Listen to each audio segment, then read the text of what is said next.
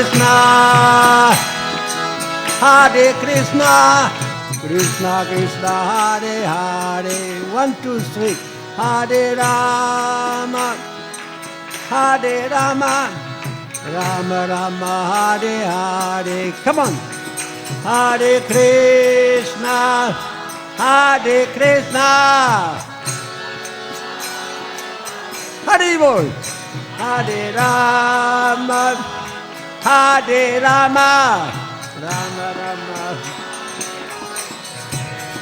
Hare Krishna, Hare Krishna, Krishna Krishna, Hare Hare. Hare Rama, Hare Rama, Rama Rama, Hare Hare. Hare Krishna, Hare Krishna,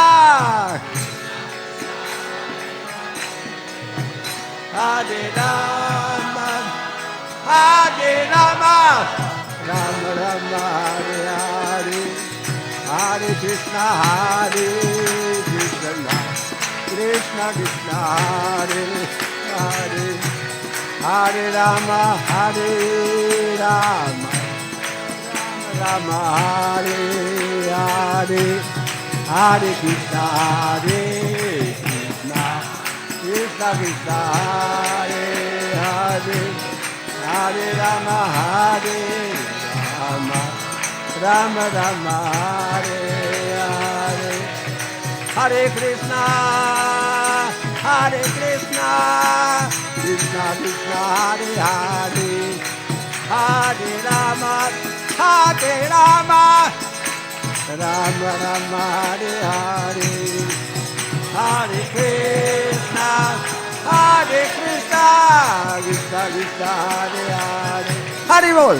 Hare Rama, Hare Rama, Rama Rama, Hare Hare. Hare Krishna, Hare Krishna, Krishna Krishna, Hare Hare.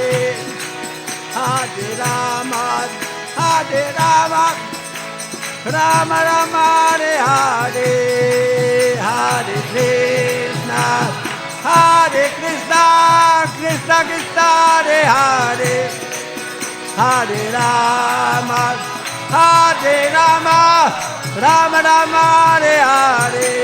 Hare Krishna, Hare Krishna, Krishna Krishna, Hare Hare.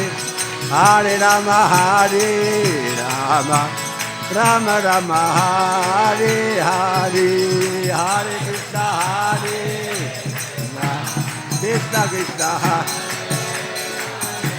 Hare Rama, Hare Rama, Rama Rama, Hare Hare.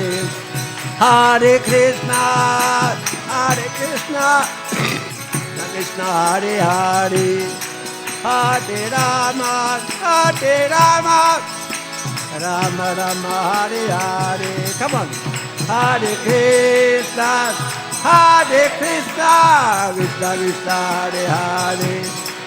Hare Rama, Hare Rama, Rama Rama. Hare Krishna, Hare Krishna, Krishna Krishna, Hare Hare. Hare Rama, Hare Rama, Rama Rama, Hare.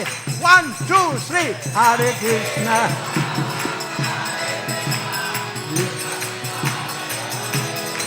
Hare Rama.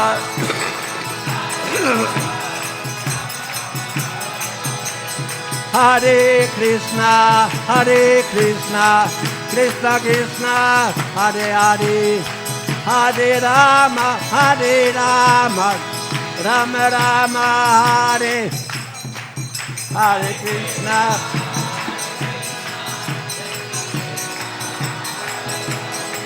Hare Rama.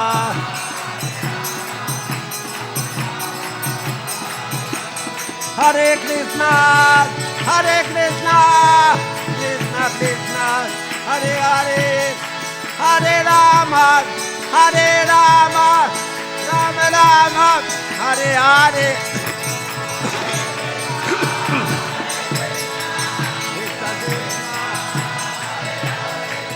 Hare Rama, Hare Rama, Rama Rama, Hare Hare. Hare Krishna, Krishna Krishna, Hare Hare, Hare Rama, Rama Rama, Hare Hare. Hare Krishna, Krishna Krishna, Hare Hare, Hare Rama, Rama Rama, Hare Hare. Hare Krishna, Krishna Krishna,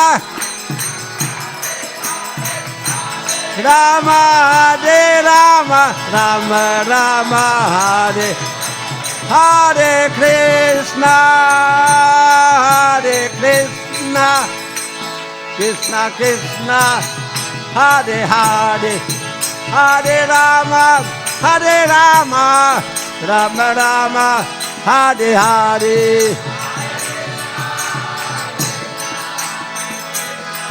Hare Hare, Hare Rama, Rama Rama, Hare Hare. Hare Krishna, Krishna Krishna, Hare Hare. Hare Rama, Rama Rama, Hare Hare. Hare Krishna, Krishna Hare Hare. Hare Rama, Ram. Hare Krishna, Krishna Hare Hare. Hare Rama, Ram, Hare Hare.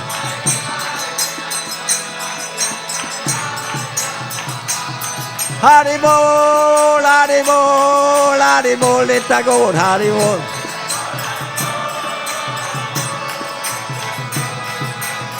Jai Jai Prabhupada, Jai Jai Prabhupada.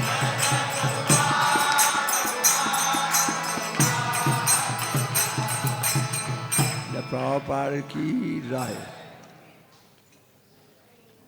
Leave this harmonium here. Leave it.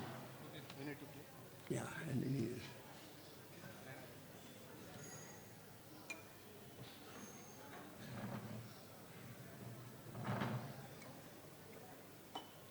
Hare Krishna. So, I'm supposed to talk about Srila Prabhupada today. Today's Ekadasi, and I know quite a bit about it because I joined on the 1st of January 1972, so that's almost 52 years ago. Dinosaur of the Hare Krishna movement, basically. So I want to tell you about Prabhupada because I had some very beautiful experiences with him at different times in London, in Paris, in Amsterdam, in Germany, in Sweden, in Holland. And every time Prabhupada came to Europe and would tour the different places, we would all follow him, kind of. It was like when an American rock group travels all over the country, so many followers travel from place to place. It was like that. It was a traveling road show. And so I will remember some of these things, or talk about some of these things which I found very awesome, very amazing. Like when Prabhupada came to Amsterdam first time, I came the day before. I came in a flight the day before, and I knew how to get to immigration. At that time, there was no European Union, there was immigration. If you go from one country to the other. So I came through immigration. The next day, Prabhupada, I knew he would come to immigration, so I was running upstairs. And Prabhupada was there, and I had Prabhupada practically speaking for myself for a moment. When he saw me, he waved like this. I still have the picture. It was very personal. And I have to say, I fell on the ground and paid my obeisance, and so many contradictory emotions. I had to cry, I had to laugh. I was over the moon. It was such a special moment to see Prabhupada right in front of you, waving. Never forget that. So then we went to the lounge, to the VIP lounge, and that was an amazing thing that Prabhupada his English was kind of like Indian English. He would talk about, there are many birds in the sky. So what is a bird? It is a bird. So there were many words like that. Prabhupada spoke in a very Indian fashion, and I could understand about 50%, no more, when I heard his lectures. So I remember we went to the airport. Before we went to the airport, I listened to one class of Prabhupada. And it was in English, and there were so many birds there and so many other things I couldn't understand. So when I went to the airport and I heard him speaking, I could, from that very moment, understand every single word. And many devotees had the same experience. And simply by Prabhupada's Shakti, they could understand Prabhupada all of a sudden. Never missed a word again. I understood what is a bird by that time. So that was a big thing for me. I went back to the temple, I listened to the same lecture, and I could understand every word of it. That was Srila Prabhupada's special mercy. I remember that he was lecturing in a place near the palace, the Queen's Palace of Amsterdam, Holland, Netherlands. And we rented a big hotel, first-class hotel, and there was hardly any people there before. Huh? There were hardly any people there. Can you hear me now? Can you hear me? Haribo! Thank you. Hardly any people there, so we collected some people. There was a square with a lot of young people there at that time. It was a time of the alternative culture, the so-called hippies. And we have to understand that even society is segregated. Society is always segregated. There are always intelligent class, there are always people who run things, there's always people who make money, and there's always people who just work. This is in every society, you cannot change that. It's part of the Krishna system, Sattva-Vana-System, whether people recognize it or not, you know. So even in this so-called hippie society, you had intellectuals that came from the university, and you had people who are coming from this background, that background, and the upper people wouldn't talk to the other ones, really, because they had nothing to say to them, really. So it was kind of like that. And those people who are on the upper echelon of that alternative culture, they became devotees in Krishna consciousness by the hundreds and by the thousands. Prabhupada was lecturing in one lecture in the Redwoods. What was his name? Morning Star Community. And when Prabhupada came, everybody was naked. He had never seen such a thing. Something like 200 people, long hair, bearded, and women. And it was Western, typical Western kind of setup. And Prabhupada laughed, and said, Swamiji, why are you laughing? He said, I've never seen this extraordinary assembly. And so Prabhupada spoke, and after he was finishing lecturing, 4 people said, Swamiji, can we come with you? He said, yes. And it so happened, these people were living on trees, on redwood trees. They were living on trees with bridges from one tree to another. And so some people joined the temple, and one was Tama Krishna Goswami. Another one was Vishnu Maharaj, Srila Swami. And Jaitirtha was there. And another is Subal Maharaj. I mean, all kinds of people started following automatically because they understood. Myself, I came from a Christian background, and Christianity doesn't make sense. It is not reasonable, because you have to understand why the innocent suffer. There's no answer if you don't accept the principle of reincarnation. You cannot understand. Everything is based on your last life. If there's no last life, how can you understand? So Prabhupada gave us the perfect answers, and he knew exactly our minds. He could read our minds sometimes. I remember one time we went on a morning walk in Amsterdam, and we walked around a small gravel road of Shivananda, Akunanda Maharaj, myself, only 3 of us, and there was, behind the bush, there was a boy and a girl, and they were engaged in breaking the principles. They were like rabbits. They were naked. And I looked, and Prabhupada was in front of me. He looked back and went like this. He could read my mind immediately, that I had a second look. He didn't like that, like this. So he could read. He was very sensitive to people. And so from there, I remember we went to Germany. Prabhupada came to Germany.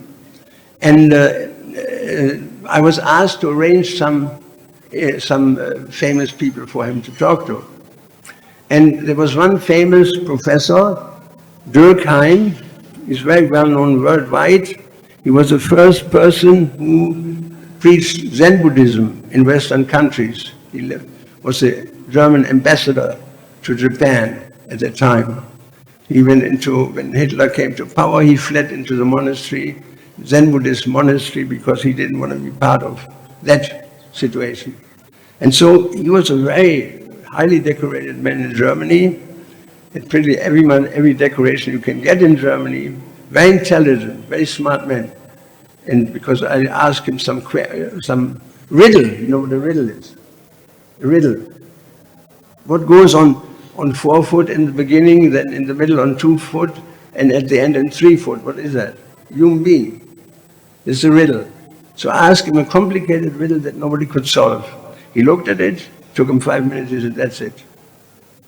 So he came to Srila Prabhupada, and Prabhupada asked always the same methodology. He would ask people, what is your philosophy? Otherwise he would talk to a person and for half an hour, and then you ask him, did you understand? And he said, Angrezi nahi. So we have to ask where people are at. And so he explained Buddhist philosophy. I was a Buddhist before. I was interested in this intellectual approach. Because religion has to be reasonable. And so he spoke, Prabhupada, this man spoke very nicely. And then after some time, Prabhupada became bored. He felt that, and he said, Swamiji, what is your opinion? And then Prabhupada told him, he said, not very intelligent. So the man was in shock, he said, not very intelligent. Prabhupada was very direct. He would tell people, his opinion. He never was shy to express an opinion.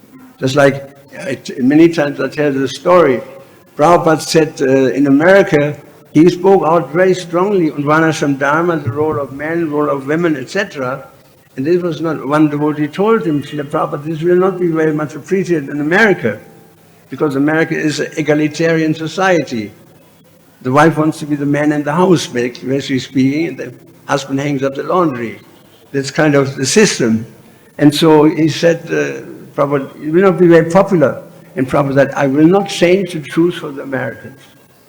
Very clear. I will not change the truth for the Americans, And so sometimes feminist people would approach him at the airport. And the journalist was a woman, microphone holder was a woman, cameraman was a woman. They were chasing Prabhupada from airport to airport. Swamiji, do you say that women are less intelligent? I said, yes. And then he would explain that everybody has his intelligence. Some people have his intelligence, but we are all souls. It was not derogatory. So he was very outspoken. He never missed a beat to speak his opinion.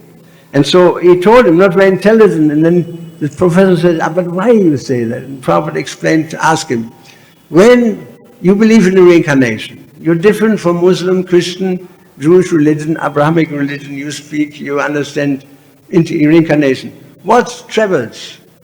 He said, Professor Durkheim, what travels at the time of death? And he said, the mind. And Prabhupada said, that's true. The mind travels. Wherever the mind goes at the time of death, there you go. And Prabhupada said, that's just one part of the vehicle. He said, the subtle body is like a three-wheeler. We have in India three-wheelers. There's 3 wheels. So what are the 3 wheels? Mind, Manasarira, Buddhisarira, and Ahankara. You see, that's just a 3. Who is the driver of that vehicle, of that 3-wheeler? And the professor said, well, I don't know, mind. He said, no. The mind is a wheel. Who's the driver? He said, well, I don't know. He said, this is Krishna. God is a driver. He sits in everyone's heart. And not a blade moves without a sanction. You can even lift your hand without God. You cannot say anything without God. You cannot even scratch your eye there. You cannot do that yourself. You cannot do this without the help of the super soul, because you're not the body. You're conscious of the body, but you cannot move your body without the super soul. He's a mover, we are not the doer. Very clear. So then he explained to him the function of the super soul and the function of the soul. And it became clear that the professor had no definite understanding of the soul, which is very common. You will never find any Christian, Muslim, Hindu, Jewish person who has a defined understanding of soul. It's not there. Therefore, they cannot understand why the innocent suffer. And so-called intelligent people, such as Albert Einstein, came to the conclusion this is all mythology. It doesn't give me any answer. It's not reasonable. In the presence of a God who's kind and knows everything, sees everybody, the most unimaginable cruelty takes place. And he doesn't do anything about it. So it doesn't make sense. A lot of intellectual people, they become atheists because of that, because it is not reasonable. So Prabhupada explained to him very reasonably that the man could understand. He understands this is a man, he has a higher concept of life. He touches an area to which I have no access to it, obviously. And so in front of all us, we were young kids, we were all 25, 20, 30, 18, 19, 17, young people. So he got up all of a sudden and paid full dandavat in front of Prabhupada. It was a big thing. This guy was 77, 72, Prabhupada was 72. Prabhupada was 2 months older. So he paid his dandavat. He had no hesitation to pay his respect to a great soul. And said, Swami, please accept me as your brother, as your younger brother. Because he couldn't say disciple. It would have been too much for him. He had hundreds of disciples himself. He's famous. He has an ashram, everything. So on the way back, Prabhupada then talked with him for 3 days. They had a great time. They understood each other. Prabhupada understood that he's a very intelligent person, a very noble person, from a very huge royal tradition. He has a castle, his family, and a noble man, and from every point of view, impeccable. Impeccably dressed, impeccably. His speaking, his demeanor was excellent. And so they had a great time together. Now, then after 3 days, I brought this Professor Durkheim to the railway station. And in the car, he said Prithu Prabhu, he said, I met many Swamis, Gurus, Sannyasis, Mahants in India, Babas, and anybody and everybody who is somebody in India. I met over the years. I met the Pope 2 times. I met the head of the Jewish community, worldwide preaching, such and such rabbi. He said, there's nobody left that I didn't meet, actually. He was famous in the world of religion. But I've never met a person like your spiritual master. He said, he's on the other side. He said, he is true. That means he made it. He's on the other side. It was a great, wonderful experience for me to hear this, how he was glorifying this outsider, how within very few hours he understood that Prabhupada was an extraordinary personality and paid his full dandavat to him. Srila Prabhupada, Ki Jai. It was amazing how Prabhupada did it. We were in a shock. We were sitting there. I would have liked to project photos. I've seen many photos of these events, but I didn't know if it's appropriate in this kind of setting. And so then the next person was a Christian monk. He was very humble. He was a Christian monk. He was always chanting on beads. And Prabhupada said to him, what are you chanting, Father Emmanuel? He said, I chant the name of Jesus. And then Prabhupada said, that is very nice. He said, we chant Hare Krishna, the name of God. You chant the name of Jesus, the Son of God. This is wonderful. So Prabhupada praised him. He didn't try to change him. He appreciated it. He understood this is a serious man. He said, how much you're doing this? He said, I try to chant all day. Prabhupada said, Kirtaniya Sadahari. He must be very humble. Because if you chant all day, you must be humble. According to Lord Chaitanya's version, he was very humble, very, really humble man. I met him just before he died, about 3 weeks before he died. And we were friends over 40, 50 years. And so he told me, he said, one thing I would like to tell you. I thought about Hare Krishna movement since 50 years, many times. And I came to the conclusion, there's so much piety in this movement. There's so much piety in the Hare Krishna movement, it will flourish. He said, nobody can undo that. It's flourishing because of piety. And so it's interesting when Prabhupada was in this building up there one time in the beginning, in this room, a whole group of Indian gentlemen arrived, well-to-do gentlemen. And one of my friends, Mahamsa, Prabhu, he was with there, he understood. He understood Hindi. So they asked Prabhupada, Srila Prabhupada, you have to assign a successor. And Prabhupada said, I will not do that. He said, then you will be in trouble. Movement will be in big trouble. He said, you have to. And Prabhupada, I will not do it. My spiritual masters didn't set that example.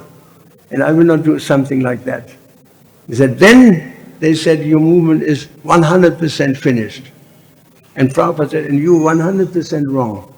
He said, this is Lord Chaitanya's movement, and will be 100% successful, but it will take time. He said, these are young people, it will take time, so we can have that faith that so many things may come, may go. There's always somebody who's going mad, as far as I remember. And but in the long run, Prabhupada said, when Brahmananda asked him, why do you put ISKCON logo into a lotus? He said, because from the mud, something very beautiful comes in due course of time. Namely, the Hare Krishna movement, like a lotus that arises from the muddy water. And so we can see the standard of our movement now is very much higher than at that time. We had no idea. I remember somebody brought Tulsi seeds from Germany to Germany. And so I planted these seeds, and the Tulsi grew huge, 2 meters high. And we were chanting, Yani Kani Chapakani Pramati Adhikanisha. And so when an Indian man came with his wife, he said, why are you worshipping bamboo tree? I said, this is not bamboo, we are from India. This is a bamboo tree. And so we were very enthusiastic, no doubt about it. But he didn't have much of an idea about the details in the intricacy of the Pancharatna Kavili. He didn't have this idea. But full of enthusiasm.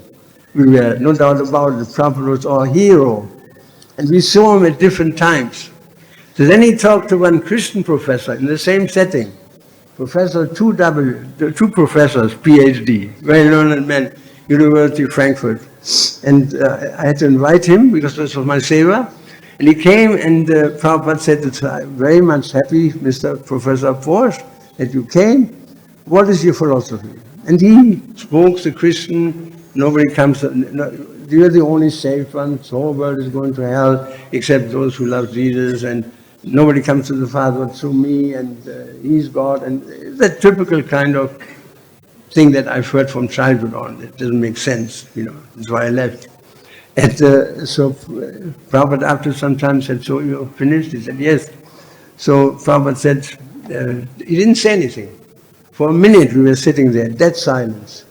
And then Prabhupada said, 2,000 years have passed. Huge silence, 2,000 years have passed. And still you don't understand Jesus. In shock. You don't understand Jesus, Why you say that? He said, Prabhupada, if you understand Jesus, you understand Krishna. If you understand Krishna, you understand Jesus. There's no question about it. If you love Jesus, you must love Krishna also. Because Jesus even said, you love God, not me. Love God. And if you love Krishna, automatically you love Jesus. Because he's a great saint. But if you tell me that you want to love only Jesus and not Krishna, then that means you have no knowledge. And that's a clear answer, very clear. You have no knowledge. No knowledge of the soul either. There's no knowledge, deep knowledge is not there, because that knowledge you get from Shabda Brahma. The knowledge, all the other knowledge comes out of your mind. Mental speculation. And Prabhupada denounced mental speculation. Sometimes, one time a devotee said, Srila Prabhupada, sometimes I'm thinking, and Prabhupada, don't do that. Because he knew that he was speculating. Knowledge comes from scripture. Yasastra vidimutsita vatata kamakarata. There's a famous saying by Chanakya Pandit that the king sees through his spies. The spies, like Mr. Putin, he has spies. King sees through the spies, cow sees through the nose. If you go to a cow, she will sniff your hand.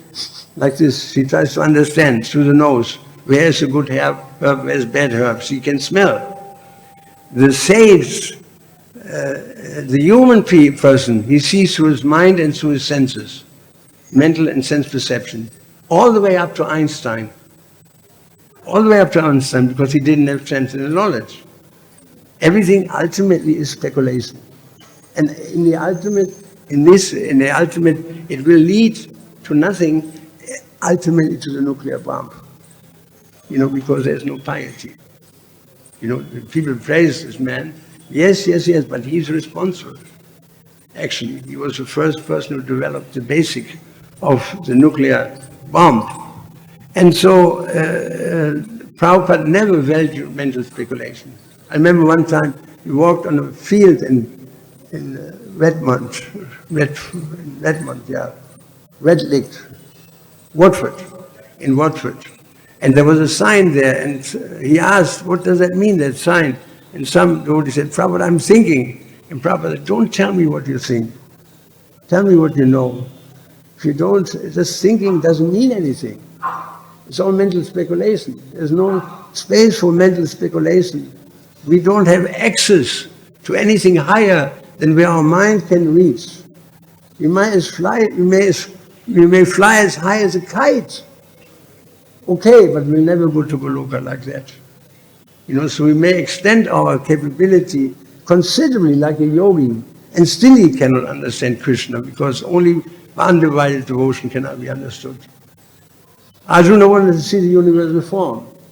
He couldn't see it. And Krishna says, with your eyes you cannot see. You don't have access to this reality. I give you divine eyes. He touched him. Immediately he could see. So all if you go into the huge libraries, all these books, in the ultimate analysis, are based on mental speculation. And from a spiritual point of view, they have no value. They don't have value in the ultimate issue, because they cannot help you to get out of the material world.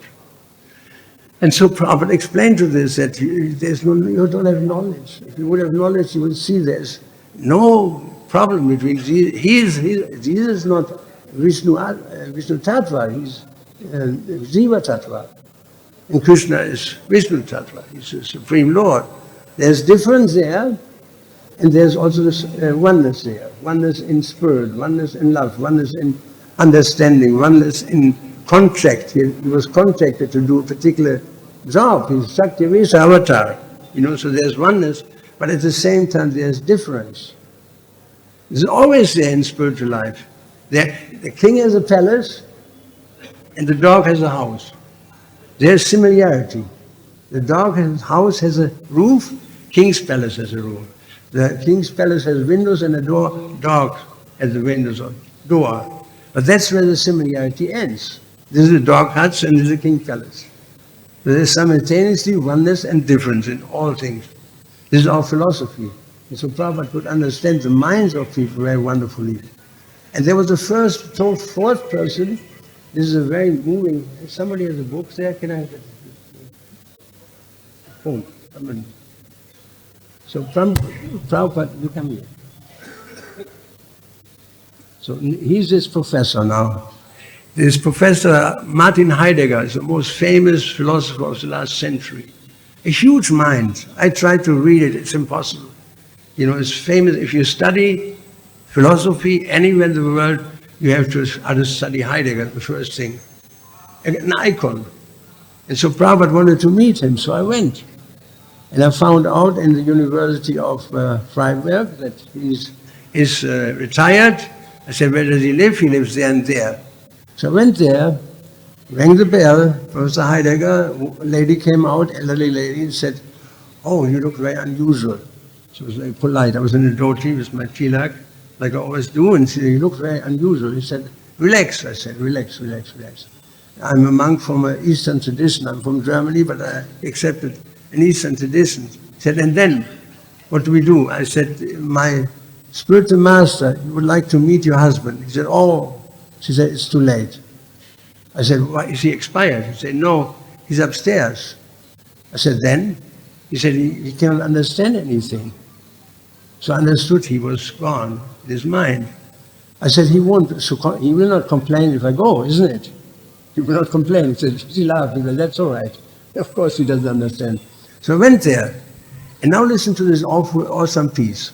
She was sitting at the bed, at the feet. I was sitting beside him. And I said, Professor Heidegger, can you hear me? He was lying there, motionless, you know. This was amazing for me to meet this famous, super famous man. You know, it's amazing. I'm just a little Hare Krishna devotee, face to face, sitting beside him. I said, Professor Heidegger, can you hear me? My heart was pulsing, you know.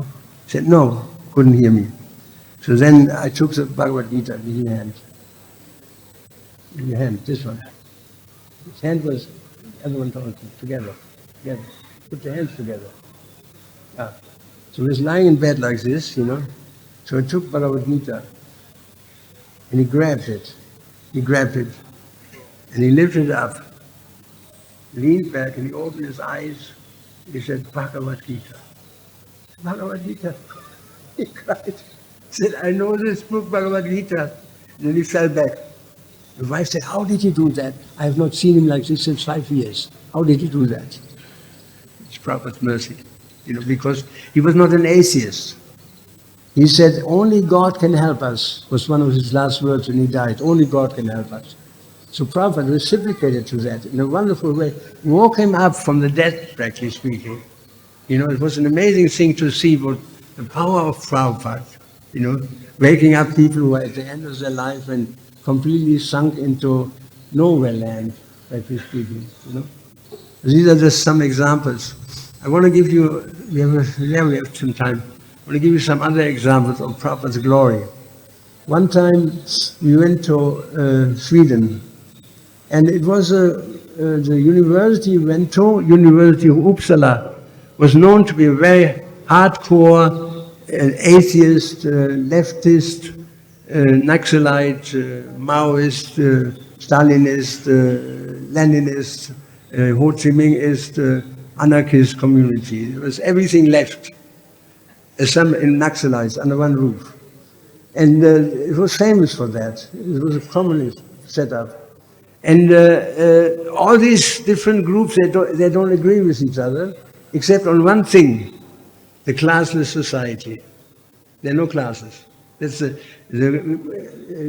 common denominator of all different communist groups of all shapes.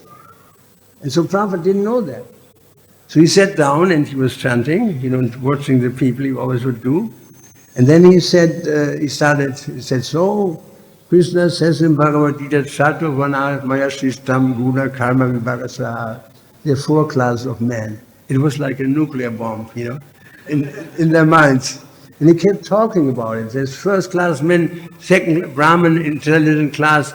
He said there's the mercantile class, the governing class, there's Sudra's working class. He said, you cannot change that. He said, it's there in every society. And first class man is the most important because he teaches all the others. So one student was fed up, you know, he got up. I sat right there where you sit. And he said, of course, Swamiji, he was very angry, he spoke up. He said, of course, you think you're first class. Sitting on a high seat, everybody bows down in front of you, covered with flowers. Are you first class, Swamiji? Tell us the truth.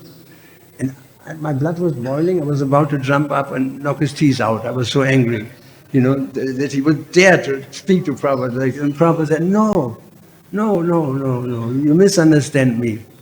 He said, I'm actually 5th class. There was a dead silence in the room. And then he said, because I'm the servant of everyone. And 2 big tears came down. Beautiful to see, you know, how Prabhupada cried, you know, that he was so misunderstood and that it was so true that he was a servant of everyone. The number 1 first-class person in the room, in all of Sweden, was at the same time the most humble, that he considered himself fifth class. It's just a beautiful example of Prabhupada's greatness. That he was no doubt the greatest. At the same time, he was a very humble, most humble person of all. He didn't think much of himself. He was Krishna's perfect messenger. And it was a very moving person. I cried myself, and many of us cried when Prabhupada said that. It was such a moving event that I will never forget. That Prabhupada on one side was so powerful, on the other side he was so kind, so humble. I remember we went to one meeting we had a castle in Germany near Frankfurt, and it was owned by a lady Rothschild. The Rothschild family is one of the most famous money people in the world. Hugely, they owned it. She owned it. And so I prayed to her, literally, in my dhoti, please give it to us. We want to do something for humanity. We're helping people, young people, to get away from drugs. We're against abortion. We're against so many things. And help us. You have money. Money is not a problem for you.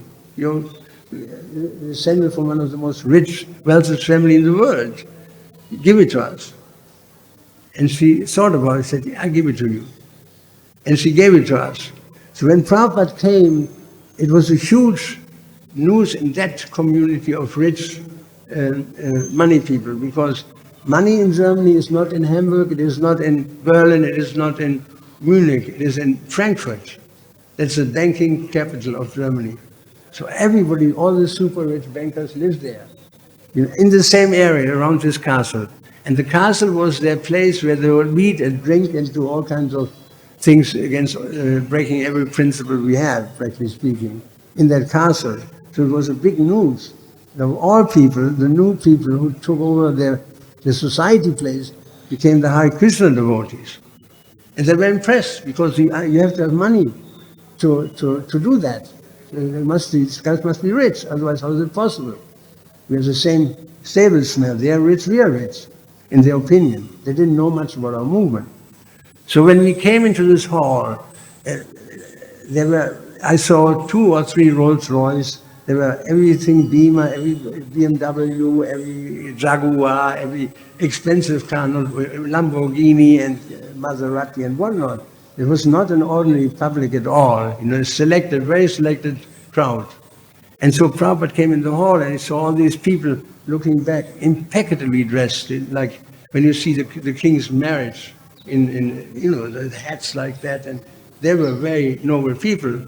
So they looked back at Prabhupada, and he told us, I was right there, he said, you have a huge Vyasasan on the stage, as big as an aircraft carrier. It was very big. And Prabhupada said, take that seat out. He said, but Hansa said, why should we do it, Prabhupada? We made it for you. You take that seat out. That people are jealous and they see me on that seat, that I'm sitting above them, because they're very top people, and somebody sits, who's this guy? They would say, who's that guy, They took the seat out, people were kind of becoming attentive, and then saw Prabhupada came in and sat on an ordinary chair, and they immediately started clapping in appreciation. They appreciated that Prabhupada was taking a very humble position. And Prabhupada talked beautifully, and they clapped. They were very excited about it, because Indian philosophy in Germany has a long history among intellectuals. The first Bhagavad-gita in the world appeared in Germany. Sanskrit scholars from Germany, there's a whole Indian society. So these people, they appreciate very much Srila Prabhupada. And I found this wherever Prabhupada went, he would highly be appreciated by everybody. Because he had this Shakti, that he could touch people's heart in an amazing way.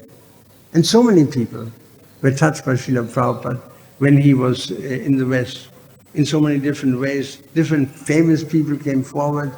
There was one lady, her name was Alice Coltrane. She's a jazz musician, right? Alice Coltrane, in America.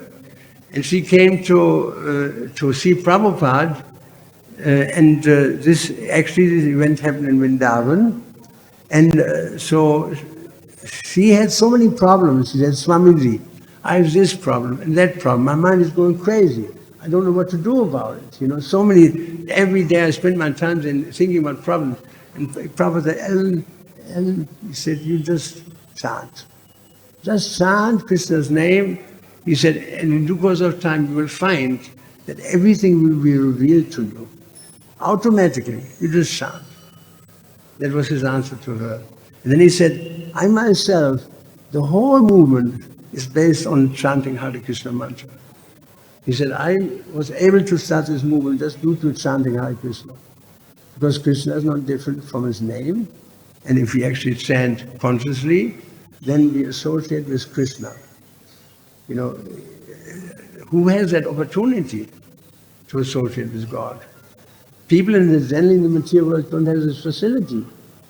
Albert Einstein, he didn't have this facility. He was a very learned man, but he didn't get any Shabda Brahma. He had not the humility to ask somebody from the Indian background or whatever, what is your answer to that? Why do people suffer? He didn't have that piety, obviously. It requires some piety. And so when I left Vrindavan, I met one little boy, young boy, maybe 19 years old, 18 years old, from Orissa. And in the middle of our conversation, at the end of it, he said, I have to rush now. I said, why?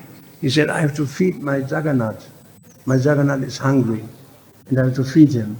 He has more understanding of God than the most famous person in the world, Albert Einstein. He got the essence due to piety. He got a pious birth in the pious land of Orissa, and born in a very pious family. He said his grandfather, grandmother, great-grand, the whole thing is all, Jagannath Swami, Nayana Patagami, Bhavatumi, they're all into Jagannath. So that is really what counts at the time of death.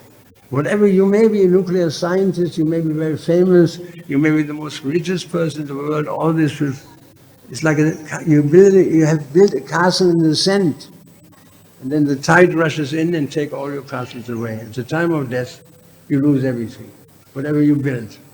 Your reputation, your strength, your money, your fame, all this will be nothing at the time of death. And whoever gets the seed of this devotion to Krishna, he's the most fortunate person in the world. Like every devotee, you should understand he's the most fortunate person in the world. You couldn't sit here unless you have that sukriti from somewhere, from previous life. Not possible. Impossible. Nobody comes to the movement by accident. It's all the will of Krishna due to somehow or other we had some pious background, and we can see this in Germany. You can see it in your own life.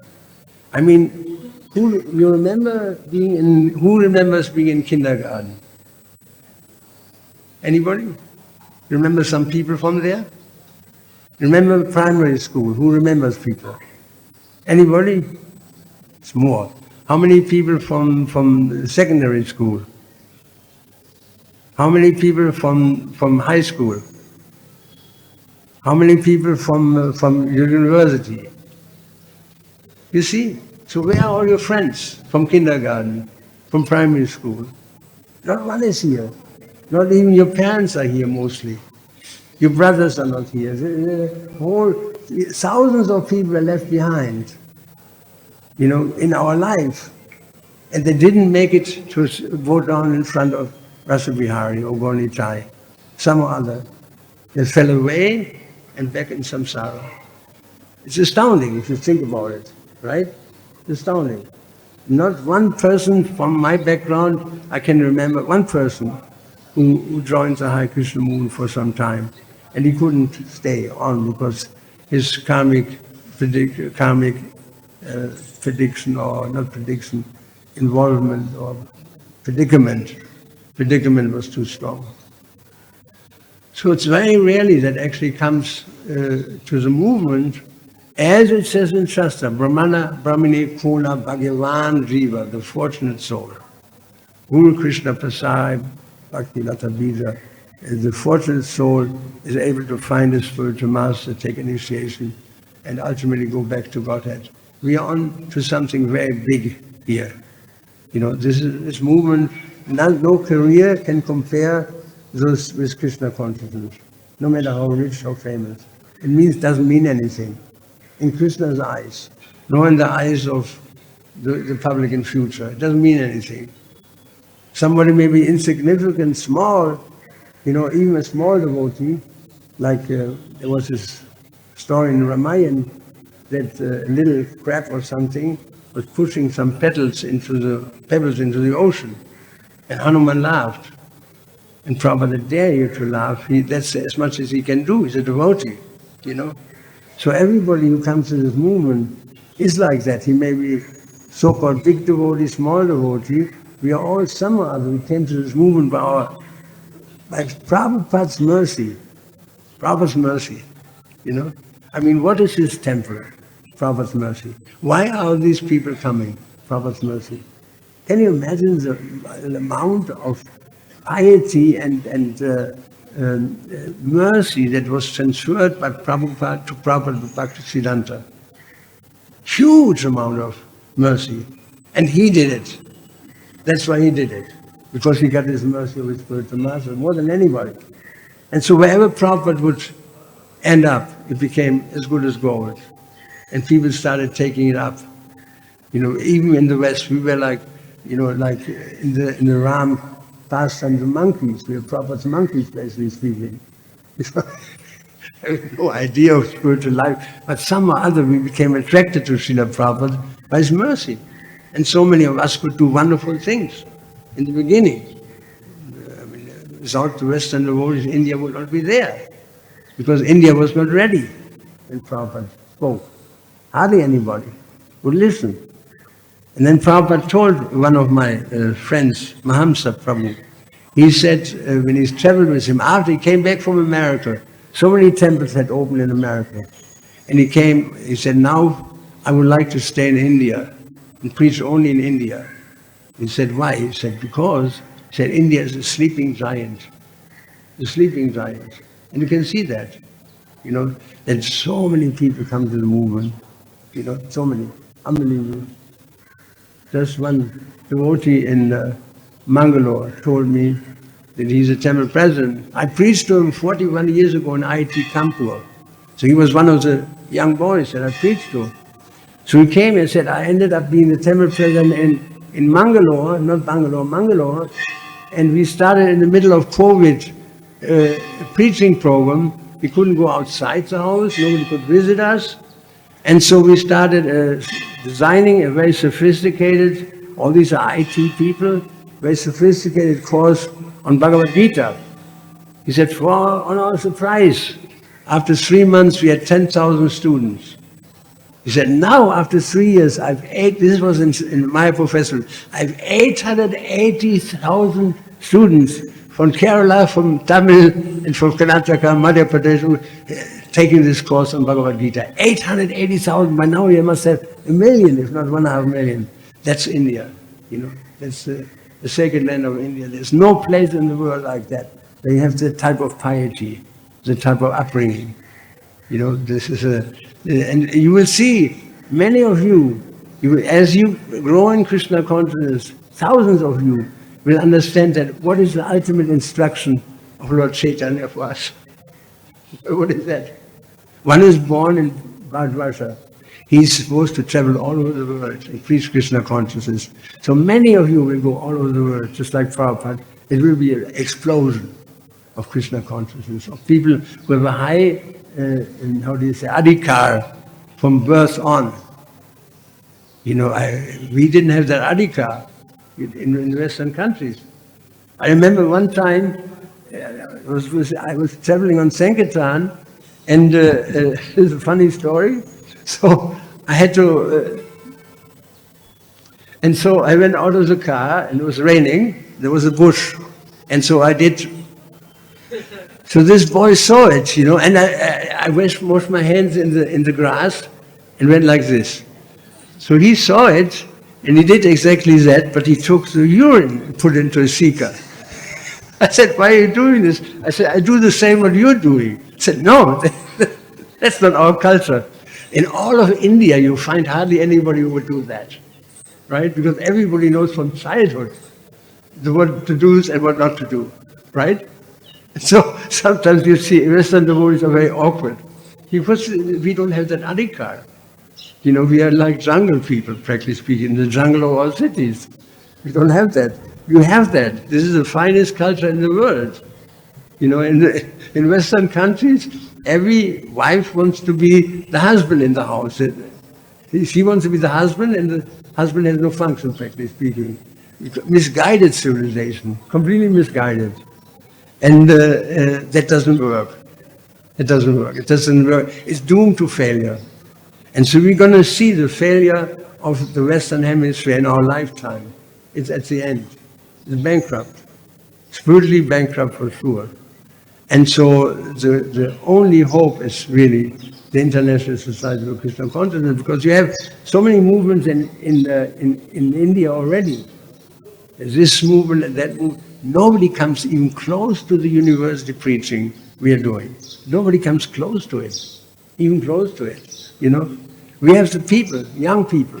That's our wealth. You know, the young people join. They hear it. I myself read Bhagavad-gita one night. I couldn't stop reading it. Next morning I went to the temple. 10 minutes later I shaved my head. 2 hours later I was on the street through exactly the same book, Bhagavad-gita, and I've never stopped doing that. You know, because there was something there in our hearts that attached us immediately to Srila Prabhupada. So my time is up.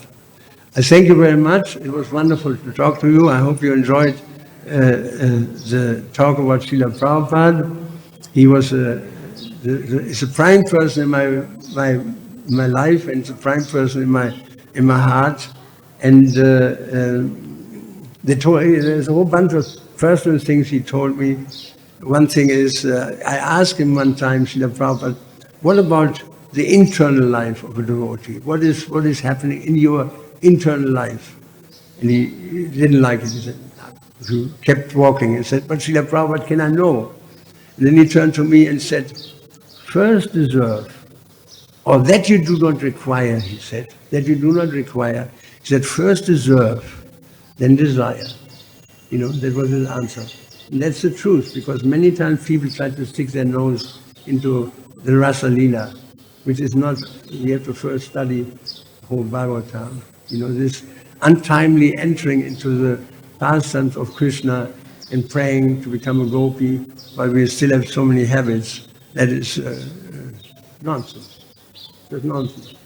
You know, this is not our status quo in Krishna consciousness. We should just preach Krishna consciousness with fullest desire. When he came to London, he asked this question, what is the most important verse? And I was sitting right there, I lifted my hand, I said, Srila Prabhupada, Yadidikataraka Krishna Upadesh, wherever you go, you preach. That is the most important verse of all. Wherever we go, we must preach. So preach. Preach your heart out, and you're happy, you're taken care of. You don't worry about your life, just preach. That's the big thing.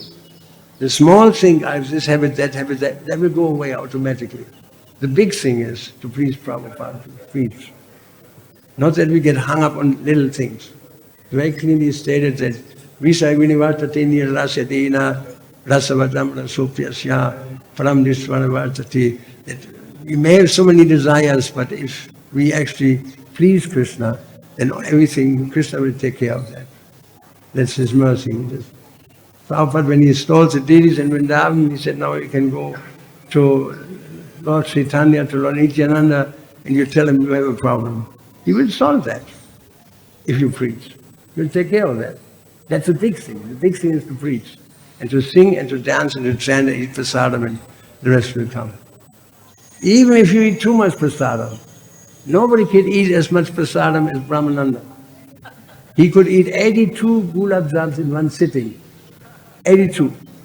To the state that he was hallucinating. We had to carry him upstairs because he took too much prasadam. He told Prabhupada, Srila Prabhupada, I take too much, my problem is I take too much prasadam. And Prabhupada said, that's still good, but not very good. That was Srila Prabhupada's turn.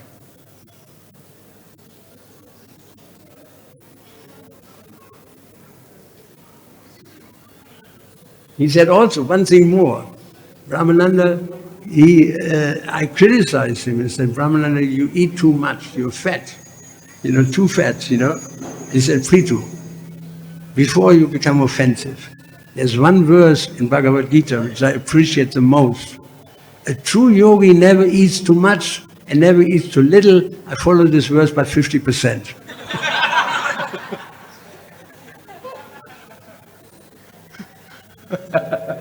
Hare Krishna. Thank you very much. Very wonderful pastimes. Once Brahmananda Prabhu was giving a lecture, I invited him for our Friday program. Then he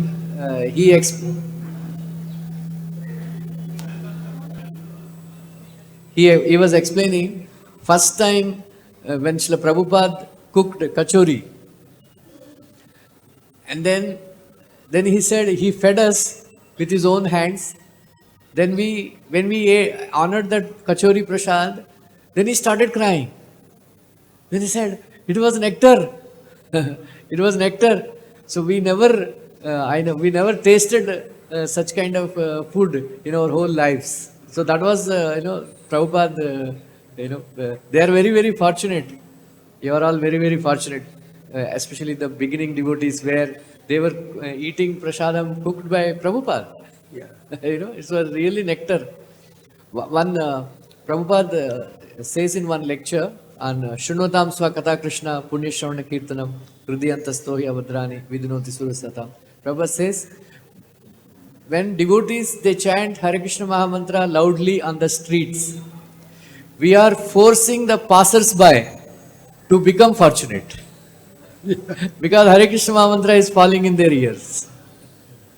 Then Prabhupada writes in Chaitanya Charitamrita that I want all the devotees to become pure devotees, and then cook very nice prasad, and then feed the public prasadam, and send them to Vaikuntha without their knowledge.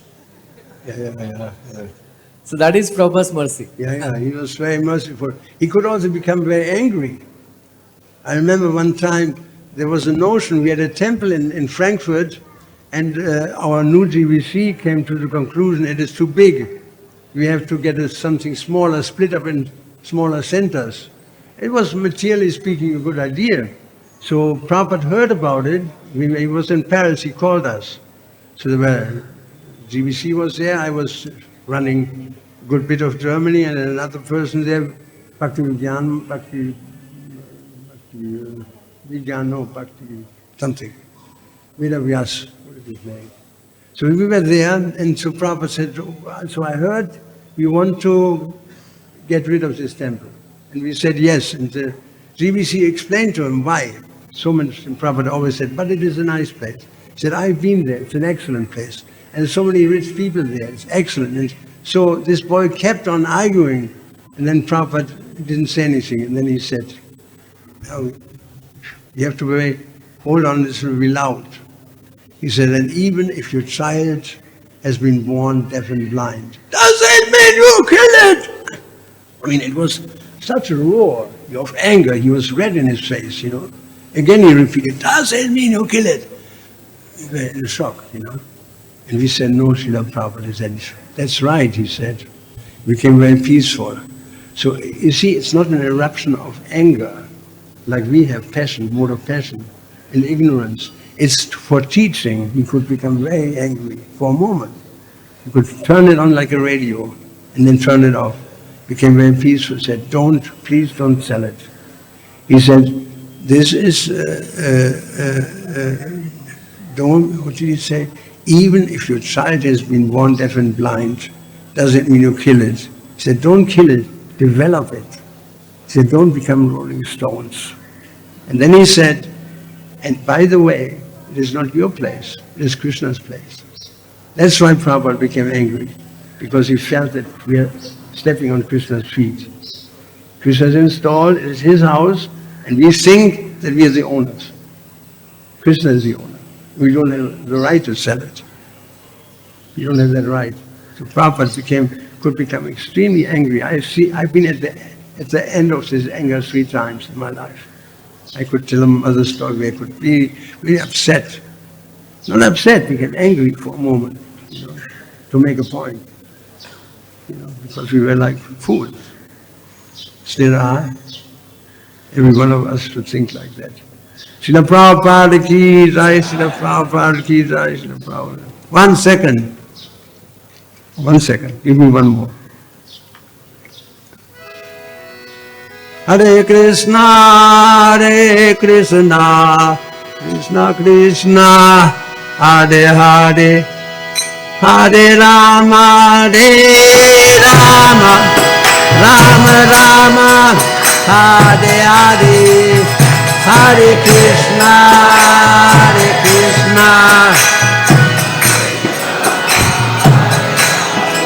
Hare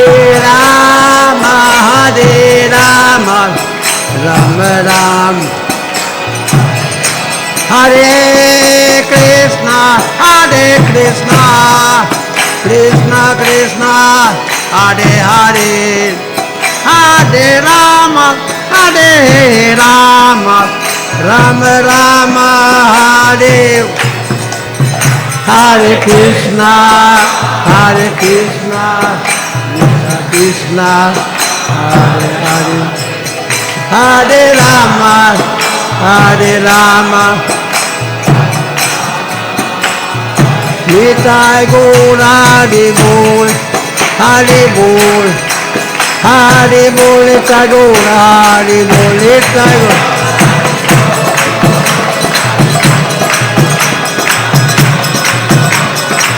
Jaya Jaya Prabhupada, Jaya Jaya Prabhupada.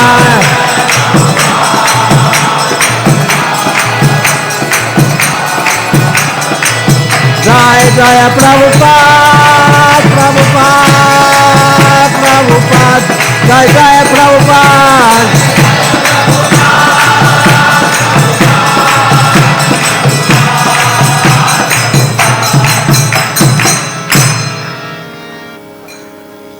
Srila Prabhupada ki jai, Srila Prabhupada ki jai. Go Premananda Hare Krishna.